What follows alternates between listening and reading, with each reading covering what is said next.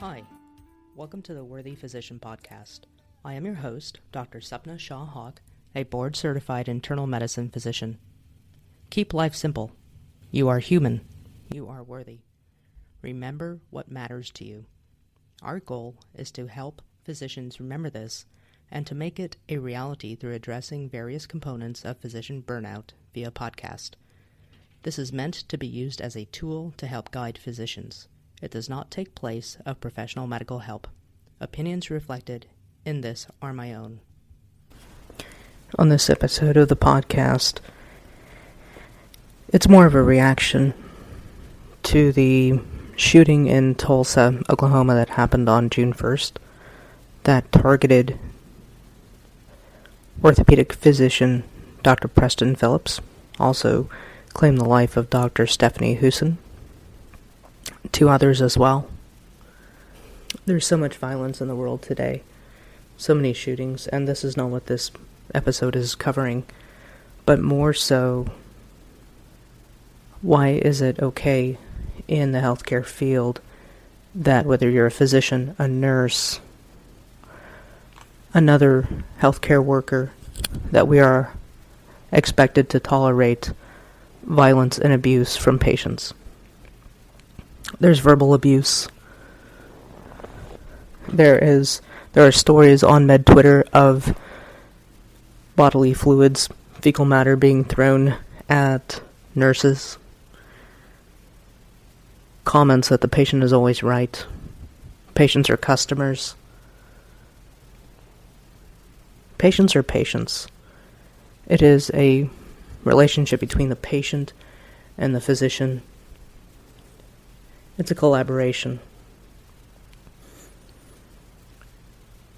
But patients can go and give physicians reviews online. And this was discussed with Dr. Malte in a previous episode. Cardiothoracic surgeon who had given his insight on patient reviews and how this is used as a scorecard. Remember, this is a patient's perception. If you tell, as a physician, if you tell a patient something they don't like, it's very possible they're going to go and give you a 1-star review. Unless there's a system in place in the practice where the very positive are funneled to that site.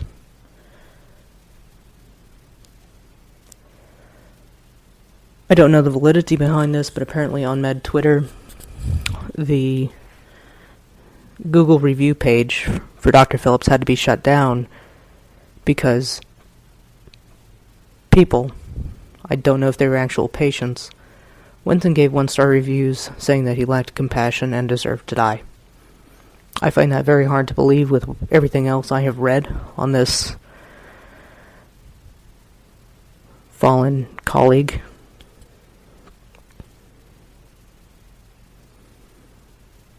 When did respect go out the door? I know it's a societal problem, and I'm not going to go off on a tangent, but as a physician, that could be anybody. That could be any of my colleagues, because we tell a patient something they don't like, or because we're trying to practice by guidelines, and we don't give them what they want.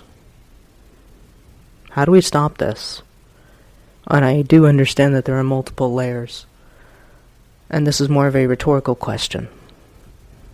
How do we stop this demotion of our profession? How do we stop the disrespect and the belittling of patients that is directed not only to physicians, but other healthcare workers, again, nurses, respiratory therapists, etc.? How do we process this frustration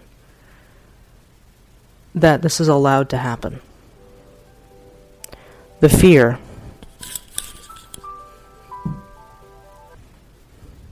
How can a healthcare worker see this, hear this, read about this, and not have fear?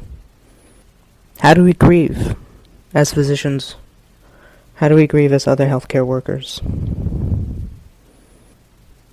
What does the system have in place, or is this just to be normalized? When does our safety begin to matter? And I understand the reality of the world in which we live, and that an exit strategy is necessary for emergencies. But that is not the answer. Again, this is not to get political, but hearing about this, and this being the field in which I work, it's very hard not to get emotional about this. It's hard to believe. It's hard to grasp my head around. And really, when do we as physicians, when do we as healthcare workers start to matter? Thank you for joining us today. This concludes the podcast. Subscribe, tell a friend, follow us at www.theworthyphysician.com. Remember, you are worthy, you are human. Take care.